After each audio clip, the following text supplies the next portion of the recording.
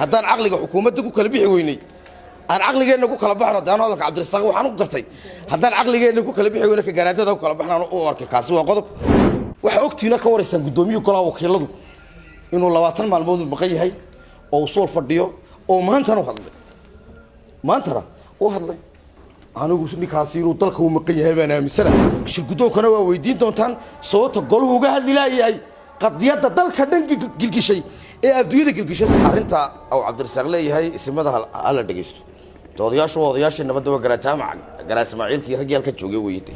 xildhibaan maxamed abiib magacaygu Xamse Cawke gudoomiye Cabdirasaaq Khalif saaka uu hadlay waxa uu sheegay in ismada ay u madax banaan yihiin deegaanada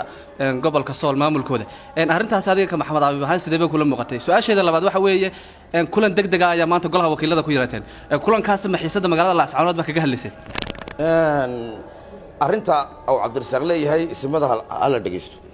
odayaashii nabadda waa garaa Ismaaciilkii ragaalka joogay weeyday raygo kala dhageysto nabad hala doono weey nabadana awalba Soomaaliland odayaal baa doon jiray ceelaf weyn odayaal baa ka taliyay odayaal dhaqan baa ka taliyay tii caare arintiisii waa kii odayaal ka taliyeen ninkii suldaanka ee Kariimka muxuudi haddaan caqliga xukuumadda ku kala bixi weynay aan caqligeenna ku kala baxno daan hadalka Cabdirasaaq waxaan u gartay haddaan caqligeenna ku kala bixi weynay ka garaadada ku kala baxnaan oo arkay kaasi waa qodob ka fadhiga xiran lagaga baadina inta Laascaanood shirkadda socdaalka iyo qaadista alaabaha ee bari iyo galbeed haddaad gaadiid gobollada taga u gol leedahay ood gawaadhida subax iyo galab soo gaalaabaxa goobaysa oo tidhi haybiyo garo shirkad gebigood ay u guuxeen gayigeennuba hore u gaadho goob kale ha tegin waa shirkadda socdaalka iyo qaadista alaabaha ee bari iyo galbeed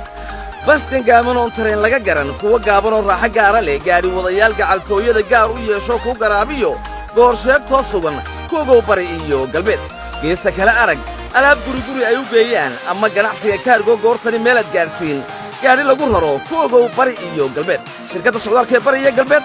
ku xidhnow mar walba